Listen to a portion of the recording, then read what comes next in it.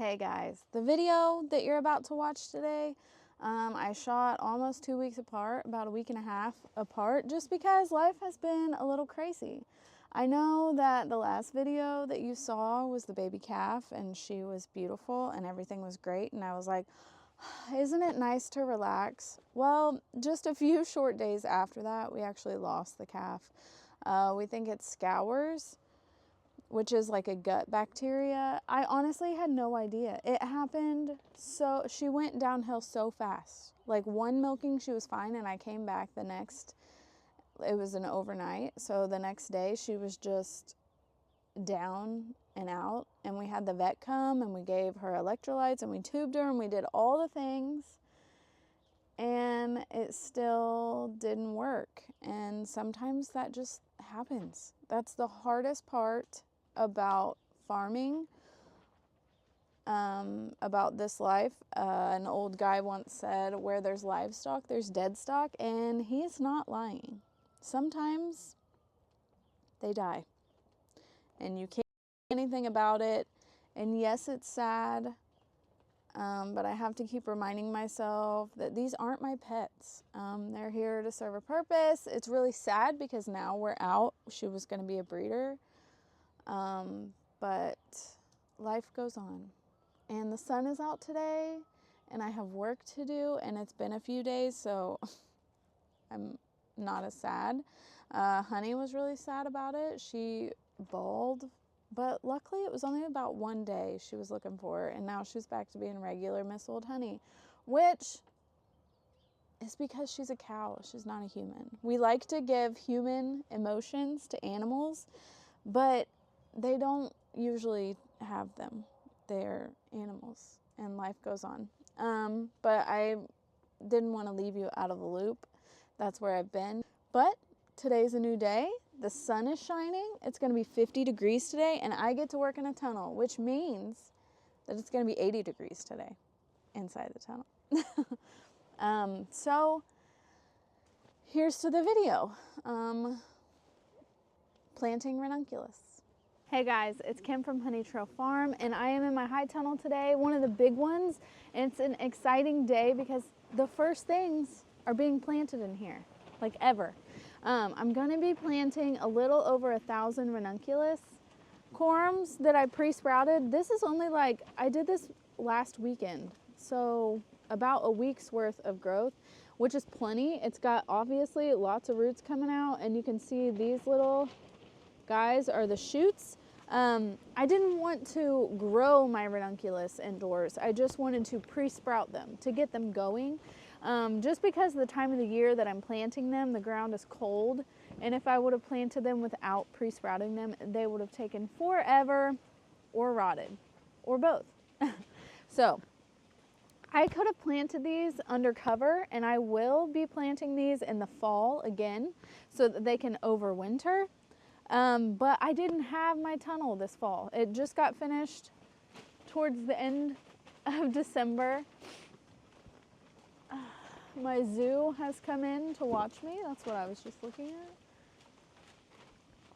at. But yeah, I'm really excited. This is the first time that I'm going to be planting enough ranunculus. I think last year I had like 20. I had extra and I put them outside.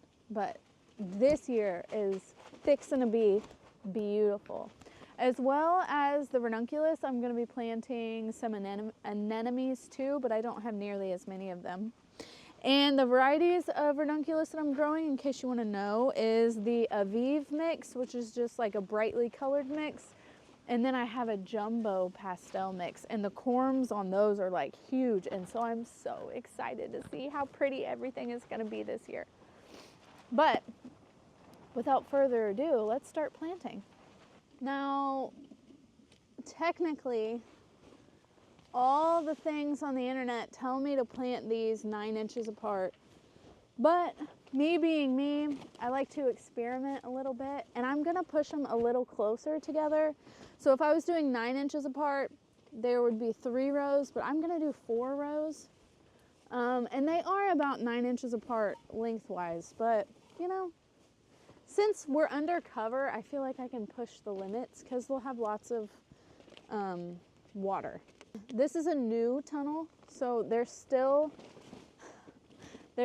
some grass because this was a hay field. And so we have it tarped, you can see over here. We have silage tarp over it, but it's not been sunny enough, warm enough, and long enough for it to completely kill the grass. So that's why we're tarping. Plus, I just know myself, and I try to do too much, typically, just in life in general. And weeding isn't something that I ever do too much of. That's something that always gets left behind.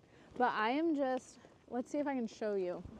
I can only touch my camera so many times because my hands are dirty. But all I'm doing is making a hole and plucking these down into it. They don't have to be super deep. I think it's a couple inches. Would you stop terrorizing the cats? So sorry about that. Anyway, these only have to be a couple inches under the ground. And so I am just making a little hole and filling it in. And I'm gonna go do that all the way down now.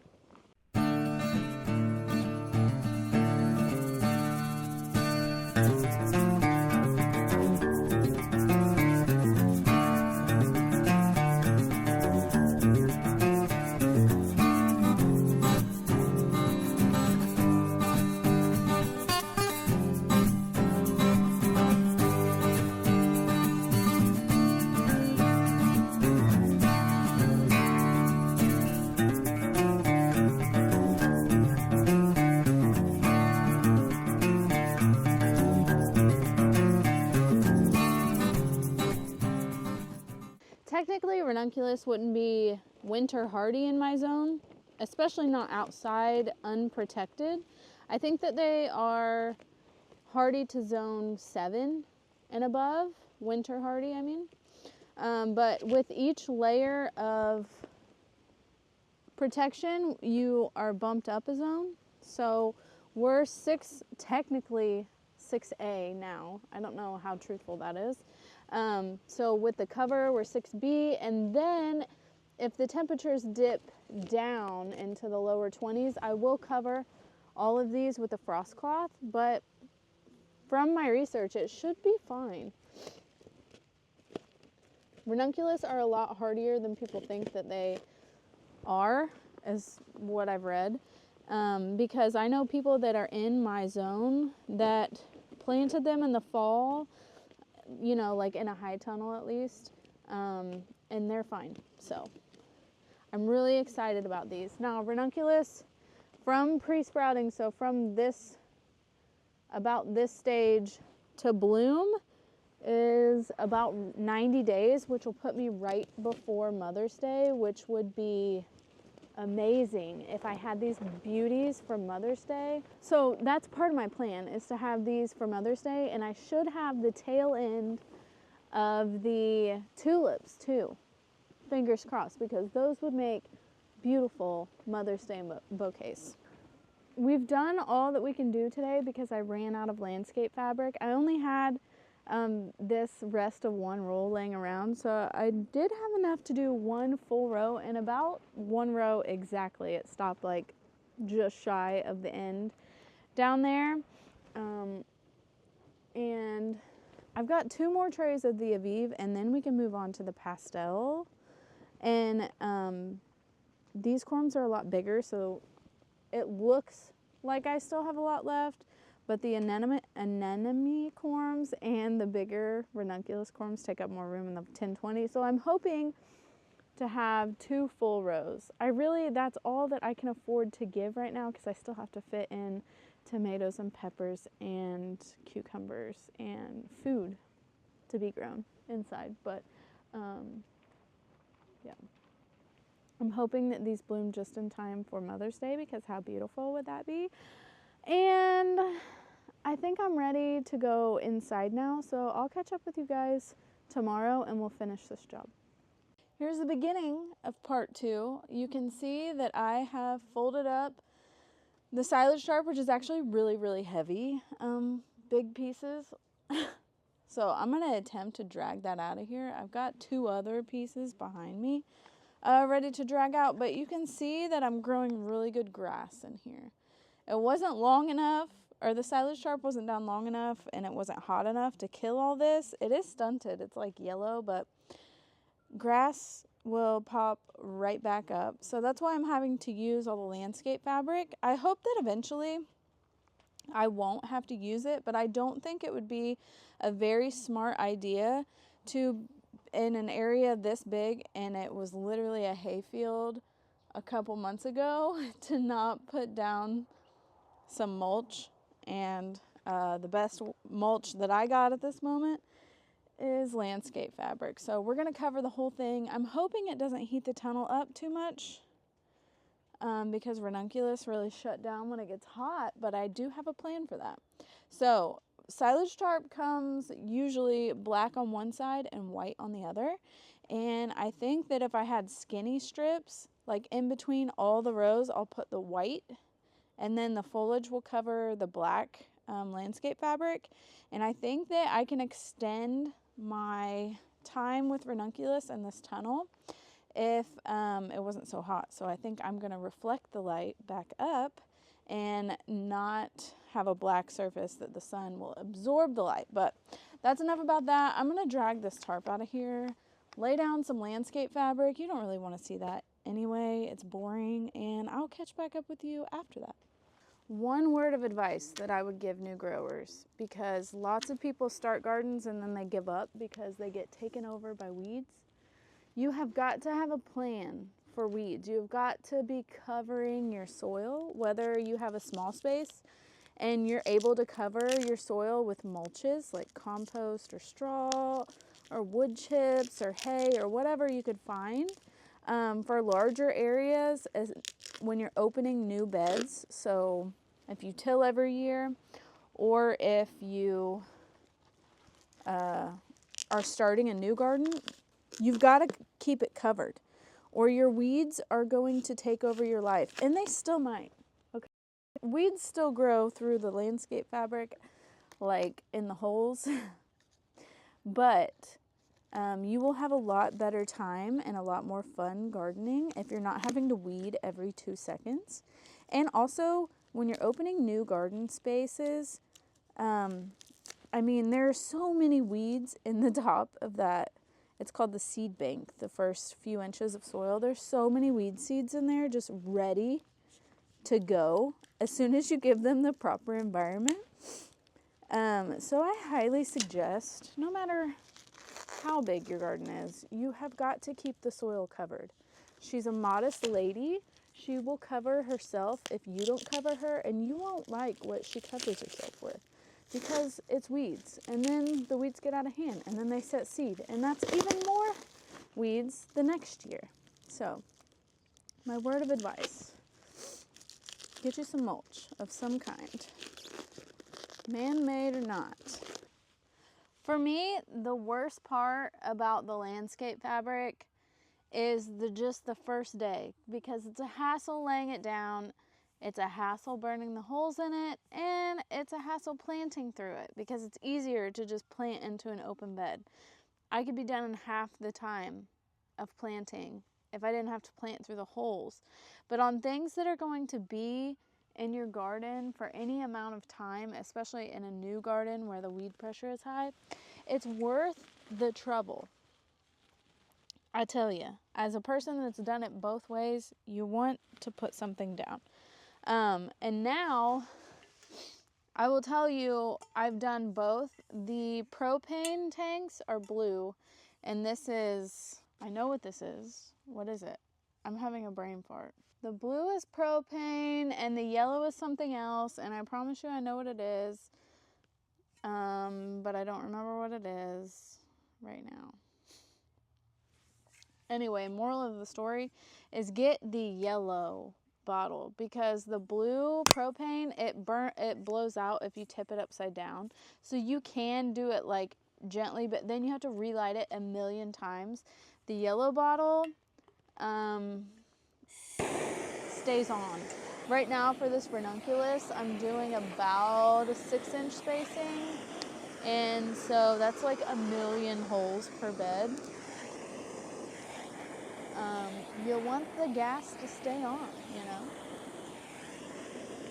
So I'm gonna finish. Oop. And the thing about it wasn't bad when we put the first row down because the ground was still wet in here. The ground is much drier now, and you have to watch the landscape fabric continuing to burn after you've done it because the ground's dry and it's flammable. Okay, while I'm planting these, I've got something on my mind. Does anyone else suffer from, I should say, imposter syndrome? So I could be a literal expert on something. And in my house, ask my husband, he thinks I know everything, right? In my house, I'm fully confident, but I get out in front of people and I like reconsider everything that I thought that I knew. I'm like, maybe I don't know. Like every time I plant something, I'm like, this isn't gonna work. Like that's how I'm feeling about these thousands of ranunculus that I'm planting. In February, when I could have overwintered them, but I didn't have the space, so technically I couldn't overwinter them. And so this is just gonna have to be good enough. And I'm like, probably not gonna work. How do you get over that? Does it ever go away? Can someone tell me? Because it's really annoying. It gets in the way of my brain functions sometimes when I'm wasting time and money. I think that's just the beginning of anything, you know? I don't have enough experience to be confident, but I do have enough experience to know what happens if you fail, you know? Like all this time and money and effort wasted. I don't know. Being a Debbie Downer today or something. Did anybody else freak out over Florette's seeds? And I know that I should not have bought the whole collection, okay? But I did.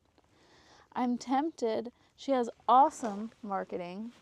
They're beautiful flowers, but really what above it all is she is so good at captivating like your heart, not just your checkbook, but the heart behind the checkbook.